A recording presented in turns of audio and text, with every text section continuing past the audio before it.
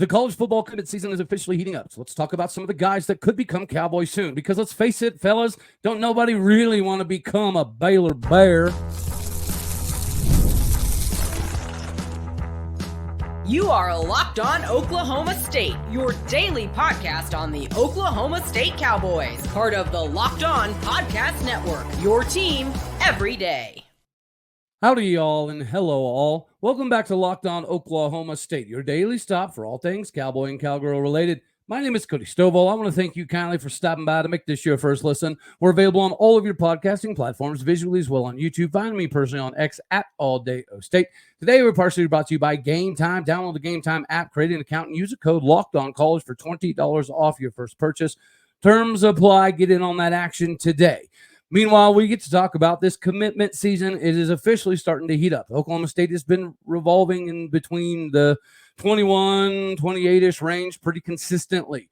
It is going to take a couple more gets for us to kind of bump into that top 20 range, which is why we're going to talk about some of the Cowboys that could become Oklahoma State guys pretty soon.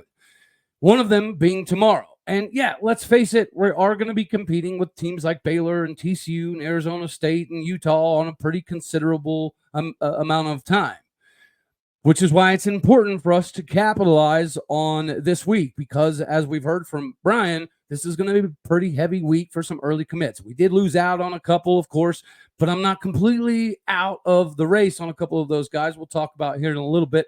But before we do that, let's talk about some of the guys that could become Cowboys here pretty daggone quickly.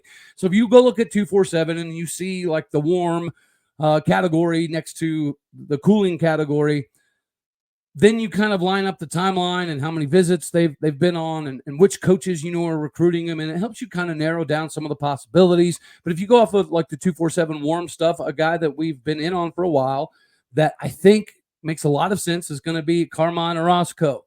Carmine Orozco is out of Mishawaka, Indiana, 6'4", 272 pounds. He's currently a 3-star. Our main competition is going to be Boston College, Cincinnati.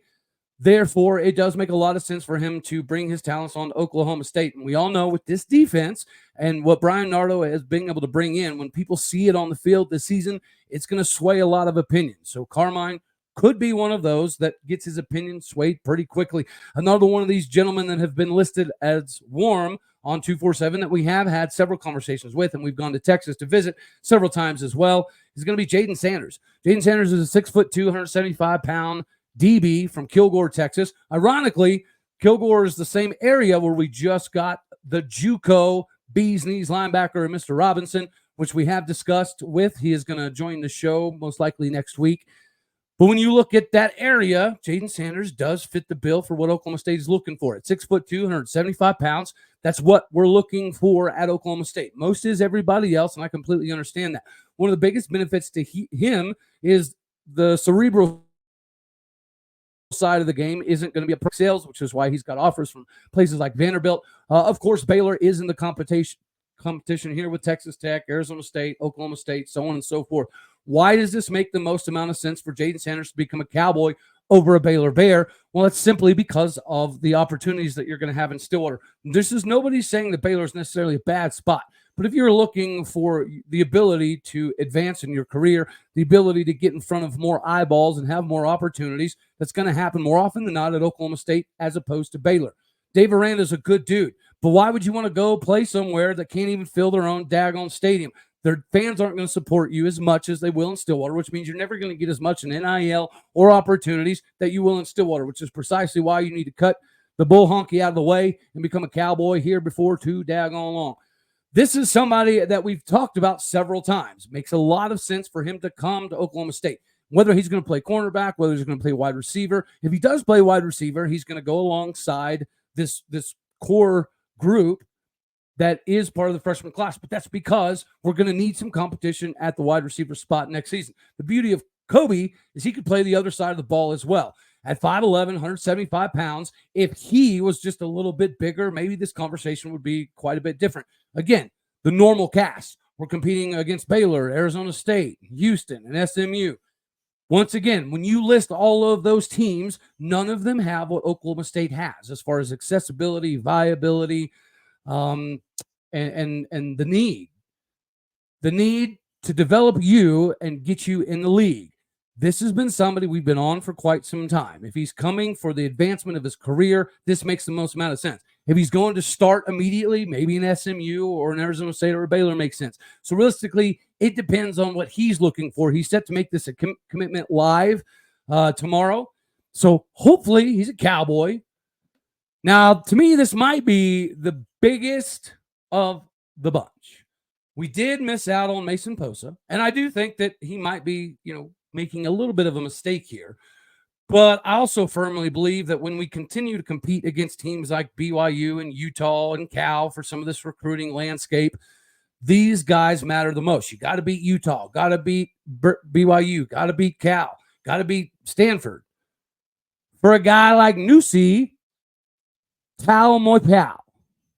And yes, I did spend a long time researching his name, so hopefully I got it right.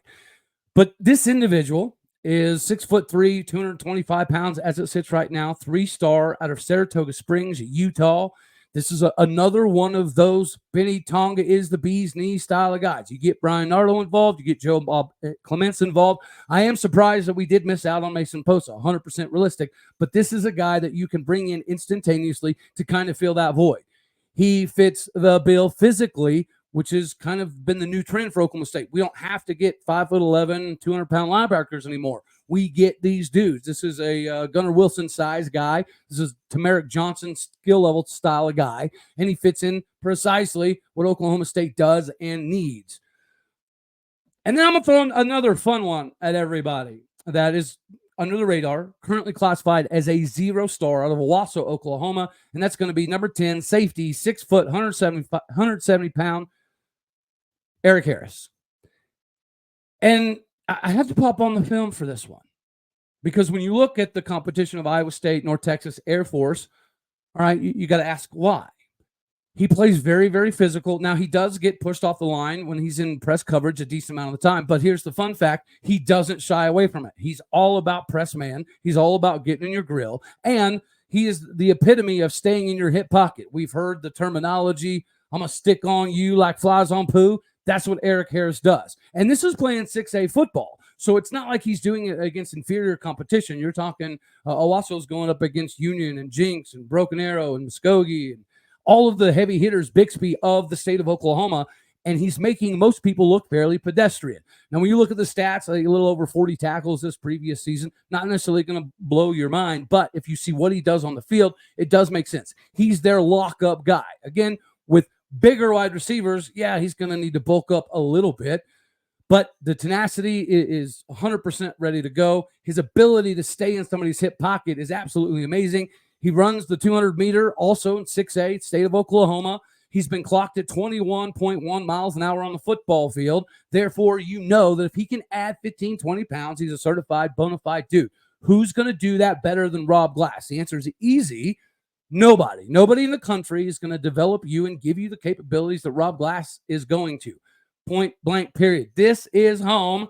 Should be home for a multitude of these fellas. But this competition we're having with teams like Arizona State and Baylor, that's always going to give us the advantage, right? When it comes to everything from the development to the facilities to the cachet to the consistency in the coaching staff, the continuity now in recruiting, the ability to compete for Big 12 titles on a year in, year out basis. Baylor has been able to pop up here and there and win Big 12 titles. But the consistency has been lacking. The consistency within the fan base, to me, is an absolute travesty. Baylor is an embarrassment when it comes to supporting their own. I don't understand it. I don't get it. But anybody that wants to go to Baylor over Oklahoma State, the only reason it makes any sense is for immediate playing time.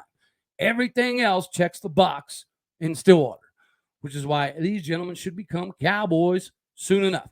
Now, we did miss out on a couple, which we'll talk about in a second, because I don't think we're completely out of the running. But before we do that, we got to talk about game time. You know my opinion on the travel and the hotel and all the hooliganry that comes with setting up, yourself for an event. Well, Game Time takes the guesswork out of you at least buying the tickets portion. With killer last-minute deals, all-in prices, the panoramic view from your seat, the lowest price guarantee, it literally takes all the craziness out of the equation for you. You can buy Major League Baseball tickets. You can buy tickets to comedy, music, theater. It literally doesn't matter. Make sure that you get this downloaded today. The flash deals save you even more with exclusive in-app deals on select seats ahead of the game or the event. Y'all know my panoramic view seat finder is the best thing since sliced bread for me. The Game Time ticket coverage means you will purchase everything up front. You'll know the price, so there's no craziness when you go to checkout. Take all the guesswork out of you buying tickets for Major League Baseball and every other event around you with Game Time. Download the Game Time app today. Create an account. Use a code LOCKEDONCollege, all one word, for $20 off your first purchase. Terms apply. Again, create that account. Redeem that code, LOCKEDONCollege, LOCKEDONCOLLEGE, for $20 off. Download Game Time today. Last minute tickets, lowest price, guaranteed. Guys choosing Oklahoma State, obviously not guaranteed. And we've mentioned Mason Posa a few times and how I do think that Mason Posa is making a mistake to some degree. Now, I will admit, if you go to Wisconsin, you play the linebacker position, just like if you play the running back position, you're traditionally going to have a pretty good time, pretty good development, pretty good opportunities. I get that. If you're talking about proximity to home, that could be something that potentially weighs in. I know that Mason Posa would fit phenomenally in Oklahoma State, but he's a decent fit in Wisconsin. CJ Nickson. What a brilliant marketing strategy to narrow it down to Bedlam, because you and I both know what that created was a little bit of havoc in the NIL department. There are some donors, some people that are involved with the heavy-handed nature of financials that immediately saw that, and you know they made phone calls. There's no way we're actually competing with Oklahoma State. Ask him what it's going to take, what he's going to need to get rid of Oklahoma State in his top two. I think that's a brilliant move on his part. Do I think that we have an opportunity to sneak back in on CJ? Likely not. Like, he's been an OU lean for quite some time. He does have a very good relationship with them. He, I think, did use this to his advantage to help him in the marketability, profitability side of the recruiting process. So you can't knock him on it. Now, we'll shift to a couple individuals that I do think we're not out on. One of those being Coleman Patmon. No, it's not just because of Tyler Patman's connection to Oklahoma State. It's because you fit the bill. You know what Bryan Nardo can do with you in the system. You also know what Oklahoma State is as a university and how we will continuously take care of you on down the line after you've graduated. You also know there's not going to be a bunch of chaos and confusion. You can focus on what you're trying to accomplish in Stillwater. This is not a knock on Arizona. I think Arizona's a pretty cool place. I'm excited to see Arizona in the new Big 12. Probably the most excited of the new booties of the four corner schools I'm anticipating watching. But to say that Arizona offers more than Oklahoma State when it comes to the tangible, physical things on the field, it doesn't make sense. I do know they got a new staff, so this season's going to be pretty enticing if they have a very good year, but it could also go the other way, and it could take a while for this new staff to get everything off the ground, which would be a shame with all of the talent that Arizona does have on the roster. The consistency there is light years different than what we have here at Oklahoma State. So is this a playing time move? Maybe. Is this an NIL style move? Maybe. But you're part of the family. You're going to be a part of the orange and black family, likely to some degree forever, whether you like it or not. So we're going to be cheering you on at Arizona. But I also think that you have plenty of time to see the writing on the wall and see what makes the most amount of sense. You are family in Stillwater. You belong in Stillwater, as does John Schobel. I'm not going to give up on this train. Adam Schobel recently was discussing why he chose Oklahoma State and flipped from Baylor. There's a lot of things that speak for themselves. We do know that Tim Rattay is really, really good on the recruiting trail. Tim Rattay is responsible for all the four-star quarterbacks that have not only come to Oklahoma State recently, but are still on the roster and about to be on the roster. There's so many things that Oklahoma State provides that Baylor cannot provide, point blank, period. Same goes for TCU. And, we have a lot of respect for TCU. But this is, I think this is a knee-jerk reaction by John Schobel, as opposed to him doing what's best for him and getting himself in the right position to maximize his physicality and his abilities. It ain't TCU. The nostalgic thing, I get it. The family connections, I get it. But Adam Schobel and John Schobel should be a package deal because of what they provide. But it goes beyond that. Oklahoma State has a lot of the things that TCU doesn't. And we're not just talking about getting bigger, stronger, faster. We are talking about the fact that you're going to be dealing with the same coordinators next year, the year after, the year after, the year after that. If there's one thing that we can hold our hand on the Bible and attest that Mike Gundy's done better than most everybody else in college football, and that's retention of the staff. It has become commonplace for people to stay at Oklahoma State now. The guys like Jim Knowles leaving for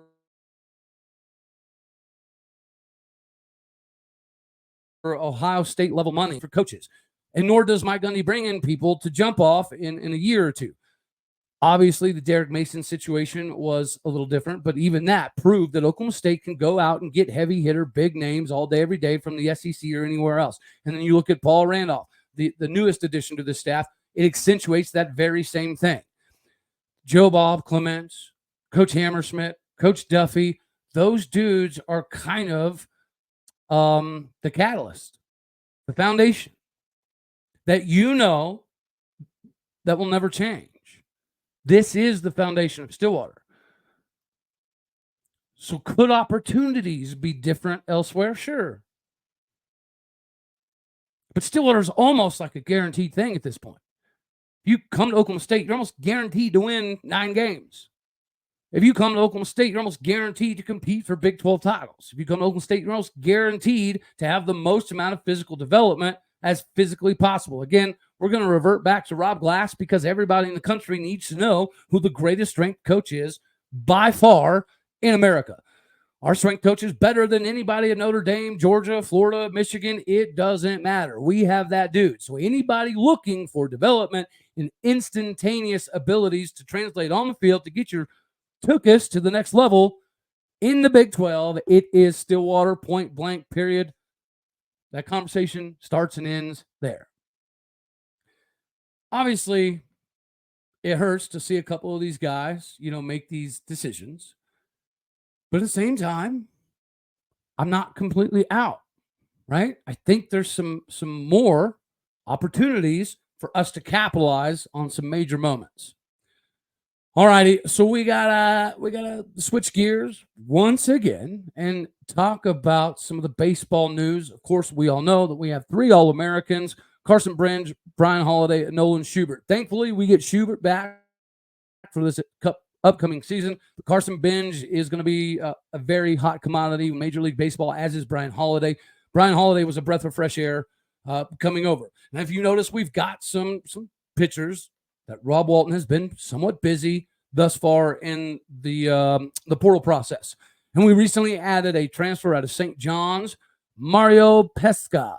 Mario Pesca is a 6'8", 230-pound pitcher coming over from St. John's. He had a 2.96 ERA, 15 appearances, 76 innings pitched, 53 Ks, 38 walks is a little high, and he only gave up 6 bombs. So if you can lower the walks, bring up the strikeouts, eliminate some of the extra bases, this is a big deal. And if we look at somebody like this previous season in Sam Garcia, his numbers coming over to Oklahoma State were not very good.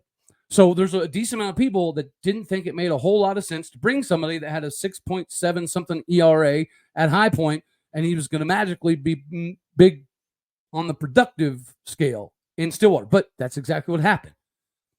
So does Rob Walton finagle some things occasionally that are frustrating when it comes to rotations and stuff? Yeah, sure. But bringing guys in and development hasn't really been an issue the last couple of years. And then we get maybe the biggest bell of the ball. And that's going to be stealing somebody from Arkansas. Not only did we steal somebody from Arkansas, but the guy we stole from Arkansas just so happens to be one of the top players in the country, what you would call the Essential 5 tool. He was, the number 1 player in the state of Texas, the number 2 shortstop in America, and the number 9 overall player in the country before he decided to take his talents to Arkansas. And now with Arkansas, he got a considerable amount of playing time. He is really good at getting the barrel to the bat and dropping bombs. He is almost the epitome of what you would call a five-tool guy. Five-tool guys are very, very rare. A five-tool guy means you can hit for average, you can hit for power, you defensively have a good time from whether it be first to third or home to or warning track to home. Good footwork, good range, good instincts, good mechanics. Then you have speed test. You gotta have the speed capabilities, and then you gotta have obviously the arm strength, the throwing power. It is very, very, very rare that anybody in the country is classified as a five-tool guy. Jayson Jones is classified as a five-tool guy. And then if you see some of the Cape Cod League stuff that he's been doing over the summer, they have him playing in the infield as well. So he was an Arkansas outfielder that does play a decent amount of infield right now. He's 6'2", 220 pounds. He had the number 8 overall player in the 22 class. So he joins Mario Pesca, the St. John's guy. Then you got Tommy Allman, another fella coming in that I think Rob Walton can get the development out of. This Cowboy baseball club needs to take a step up. The expectations have not been met recently. Going to a regional, the expectation. Going to a super at the bare minimum is, in my opinion, the expectation. Now, you let me know down in the comment section if I'm a little too high on the horse of expectations when it comes to baseball. And you let me know down in the comment section, who do you think either could be or should be the next Cowboy to commit to Mike Gundy in this football squad? Reckon that's all we're going to have for this one right here. About to get on the road and head to Wichita for a few days. I'm excited about it. All righty, y'all. You let me know, how do you think this next week's going to go in the recruiting cycle? That's all we're going to have for this one right here. Ladies and gentlemen, as always, you know I love you. God bless. Go Pokes, and thank you for tuning in to make this your first listen here in Locked On Oklahoma State. You could be anywhere, so happy you choose to be here. Like it if you like the daggone thing, and dislike it if you don't, because that's okay too. More importantly, share, comment, and subscribe. My podcast and people out there, the bricks, the butter, the foundation, the glue, the all of it. Do what you do. Hit the stars. Leave a review. I'm out this popsicle stand. Later, taters.